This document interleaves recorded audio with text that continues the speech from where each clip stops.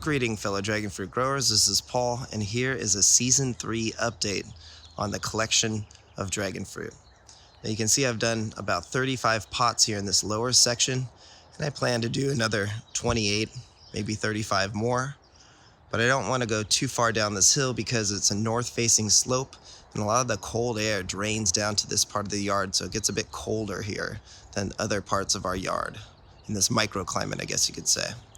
So I've put mostly hybrids and red-fleshed varieties and a few white-fleshed plants in this part of the yard. I've repotted most of them using ratios similar to Gary's Best Top Pot, and I've been really happy with the results so far.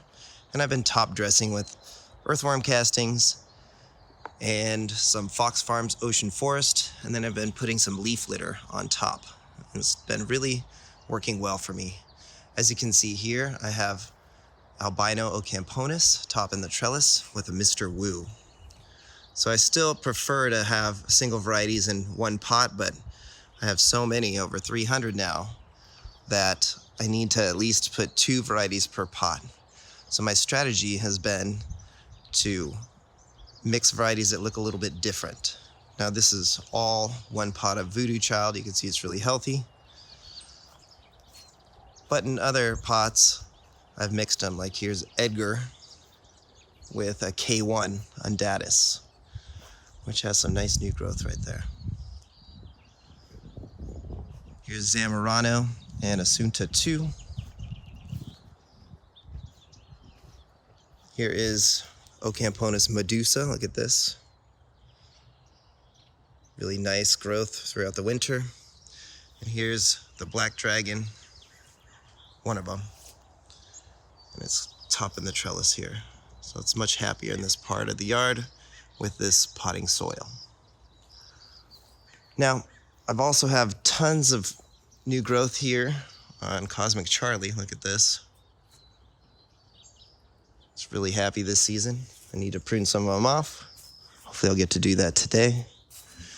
And then I've noticed that I've had a lot of success with this dragon, Desert King seedling, Diego's Desert King seedling, and my Columbiana by growing it under this bamboo, which we've done an episode on before. Has tons of new growth, and even one of the fruit on the yellow Columbiana is starting to ripen. It's getting pretty close here. So I'm excited to try that, and that'll be the first fruit of the season.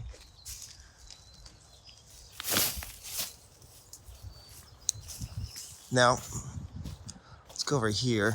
I saw Jade Red, which is a really aggressive variety, really taking off. And this is where I had Pink Panther, but Pink Panther was getting a little bit too much sunlight here. So I moved that on the other side of the bamboo. But you can see here this Jade Red. Lots of new growth this season already. It's quite a rapid grower. I hope that this thing's self-fertile as advertised. It's an Australian variety with a purple, beautiful purple flower.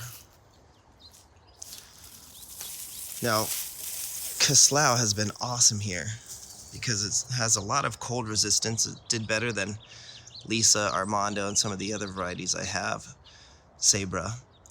And this thing just continues to grow new growth and just does pretty well all winter long. So you can see what I've been working on. I've been burying all the drip lines, and I've been drilling holes in the pot and placing my adjustable drippers, 2 of them inside each 20-gallon pot. So that's gonna work well for me. It's kind of similar to what Oceanside Dragon Fruit does, and I'm excited to not have to hand water these anymore. You can see I have a lot more to plant and trellis this season. A lot of these varieties people don't even know exist yet. And I'll evaluate them as they grow. Now over here, what I'm working on right now, it looks a little messy, but I'm putting all of my Guatemalan varieties here. G1, G2, G3, Rixford, and some others. And they seem really happy here so far. Like here's the G3. They have not come out of dormancy though, but that could be because I've repotted them recently. Let's see what else is going on here. Here's Paul Thompson 7S. It's got some new growth on there. I'm excited to evaluate this one. Hopefully we'll get a fruit off of it this season. Here's Laverne Pink, really aggressive grower this spring. Lots of new branches. So I'm excited for this one. This one was producing a ton of sap on its branches. I don't know if you could see it there. It's like dripping, oozing with sap.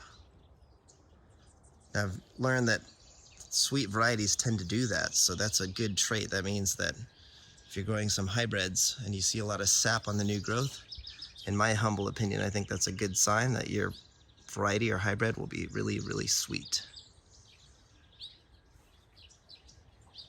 Now over here, it's kind of what I'm working on. I'm going to plant another 12 or 14 more pots here and redo the drip. You can see I've just moved. This is Esmeralda, and this one right here, this pot has Esmeralda, and this is Cotton Candy 1-10. So you can see the spring has sprung here, and we have lots of happy growth. So there's a quick update. Give us a like and a subscribe. Thanks for your time. Have yourself a wonderful day, and I'm going to get back to work here. All right, take care.